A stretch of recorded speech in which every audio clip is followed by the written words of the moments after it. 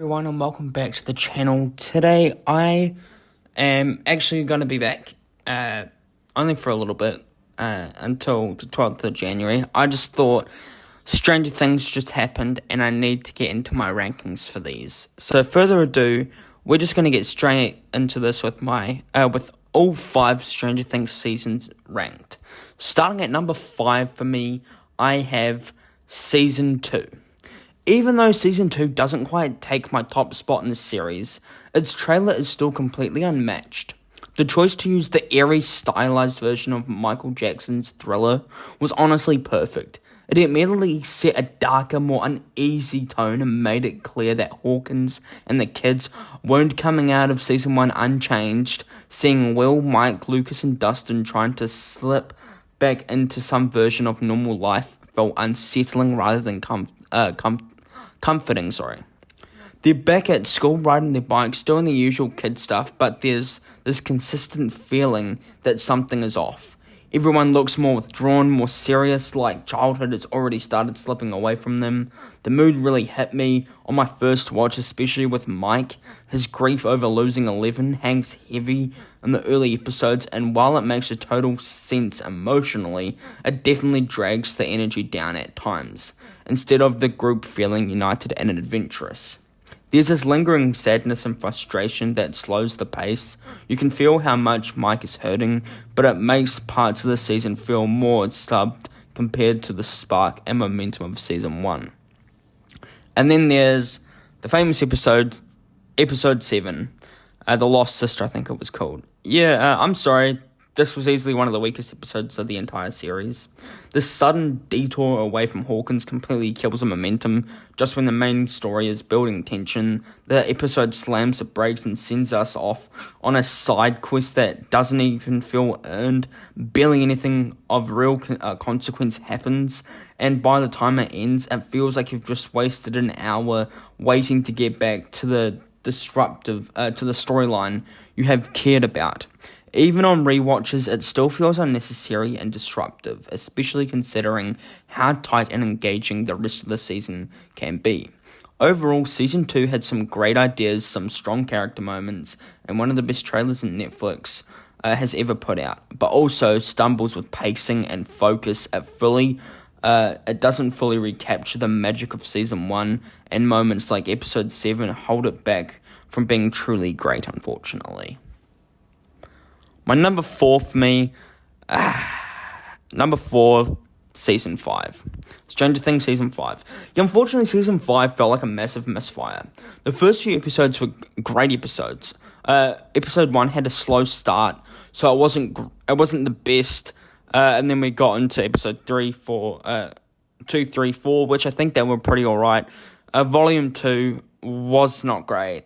I found there was nothing important happening. The storylines we already knew. The Will moment of him coming out, I think it should have happened last season. I just don't think it worked, unfortunately. I mean, there was nothing wrong with it. I just think it was a little bit too late to really pull it out. And I didn't really like that storyline myself. I kind of liked the new characters in the show, the season. I think one of the standouts for me was Derek. I think Derek was a great add to the season, to Stranger Things. I think he was at the start I didn't really like him, but as we got more screen time with him, I started to like him really well. Karen Wheeler even got some screen time, which I think she was really good in this season. Holly Wheeler was probably the standout of the season for me. I think she was phenomenal as Holly Wheeler. I think she was really, really good.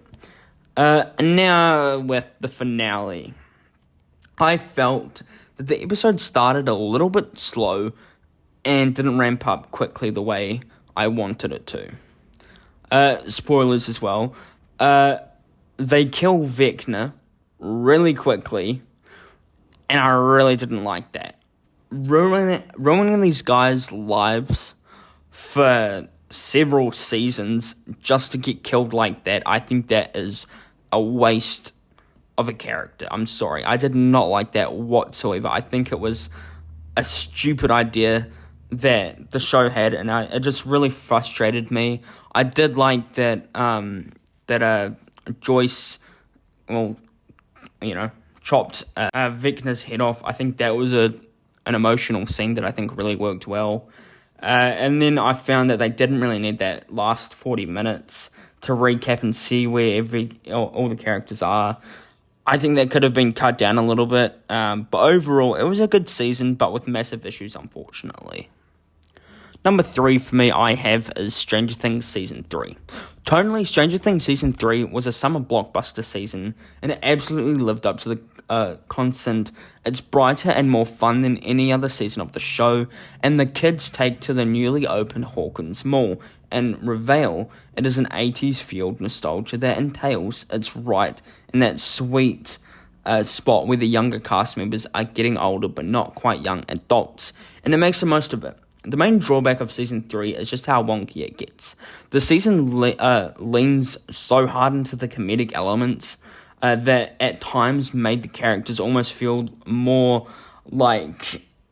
I didn't really like that, unfortunately. When it worked, it was a blast, but when it didn't, it made the show feel so much looser and more absurd than previous 2 seasons.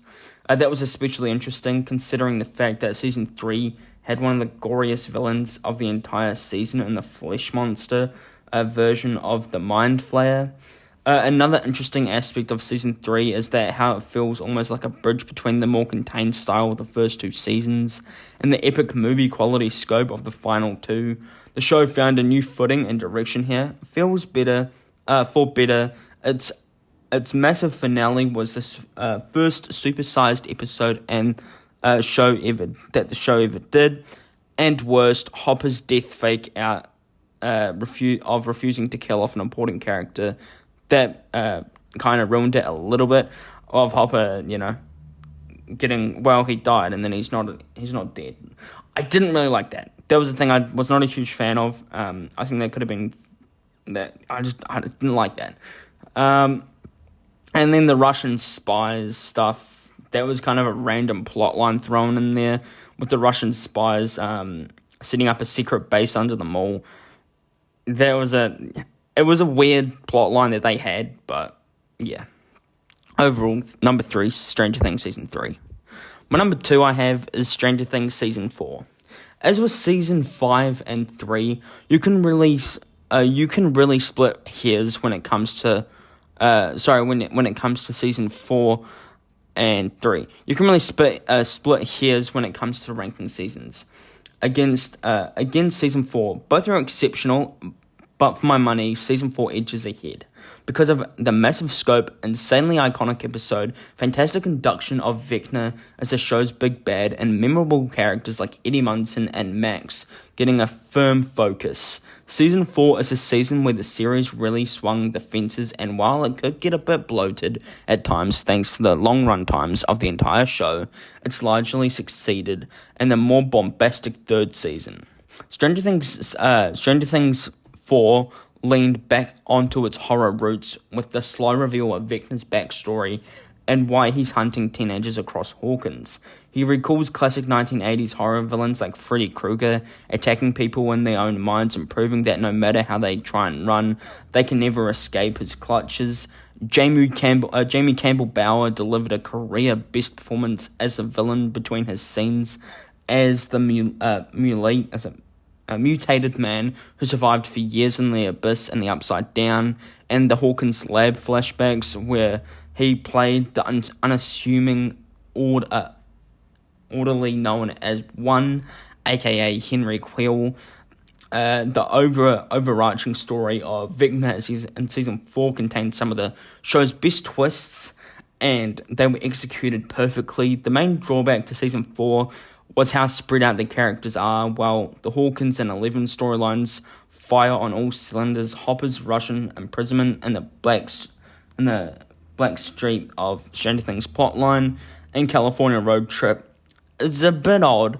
It's a bit odd outing. Stranger Things Season 4, at the first time, it really felt like the show had so many characters that I didn't quite know what to do with all of them. With the likes of Jonathan and Will Byers largely taking a back seat. So while it's an incredible season of television, it still has its flaws Ultimately, through when Stranger Things Season 4 is good, it's really good. The finale is particularly on par with the most good sci-fi horror, with the extended runtime to match. Many of the most important episodes in the entire show and the entire show's run comes from the season, and it stands on a principle of the series for years to come. So your number 2 is Stranger Things Season 4 for me. But my number one season of Stranger Things is Stranger Things Season 1. Perhaps it's a little cliche for the first season of an iconic show down as the best season. But even after how far Stranger Things has come, it still rings true. Netflix's sci-fi series was originally envisioned as an anthology show, which would feature different time periods and characters each season. It was only after Season 1 that a massive hit, the streamers pushed the Duffer Brothers to keep running with the story of Hawkins and the Upside Down, a decision which was born out of a very good one. But there's still something about the first season which remains special and stands completely alone as a full story. The tale of the group of young kids whose friend goes missing, sending them on a supernatural investigation with the help of near-mute young girl with superpowers who escaped from a nearby laboratory is simple yet exceedingly effective. Back in show's first season, Stranger Things was more interested in laying out intriguing mysteries it never intended to fully answer than it was developing lore so deep you need an encyclopedia to keep track of it all. The lengthy initial outing and layer of mystery that works so well in tandem with a charming cast of characters, nearly all of whom immediately resonated with the viewers, even the characters the creators didn't expect to. The initial Stranger Things also benefited from something the other seasons lacked: stricter limitations that bolstered in creativity, while later seasons had this sort of with the massive budgets most shows can only dream of. Netflix only invested in relatively modest $48 million of the entire first season. That may sound like a lot of money, like a ton of money, and it is, but it's still less than a single episode of Season 5's cost to produce. This means that the introduction had to be much more careful when and how to employ special effects, keeping the runtimes reasonable so that the cost didn't balloon, and so on. There's reasons for the Demogorgon is mainly played by a guy in a suit in Season 1. The aesthetic tone and razor-sharp storytelling of Stranger Things Season 1 remains unveiled in the series, even as plot lines and character dynamics has grown into the telling. Stranger Things Season 1 was by far my favourite season. The reason why is because it's iconic. It's an iconic season, and I think it's one of the best. I'm going to be completely honest. It's one of the best. I don't really think there's many problems with this season, I gotta say. I really liked the idea of the show when I first watched it because, I was on the boat when it first came out, and I really liked it. I was like, this is actually kind of interesting. And I got into it, and I kept on watching it, watched Season 2, Season 3, Season 4, Season 5, and I'm like, damn, this is actually a pretty good show. And, yeah, I gotta say, Season 1 was a ton of fun, and I think it's a season that everyone should watch, for sure. If you should. Anyway, that is it. Thank you for watching me rank all 5 seasons of Stranger Things. I hope you enjoyed it. Please subscribe to my channel. It'll be a massive help. Thank you for watching. Take care. Peace.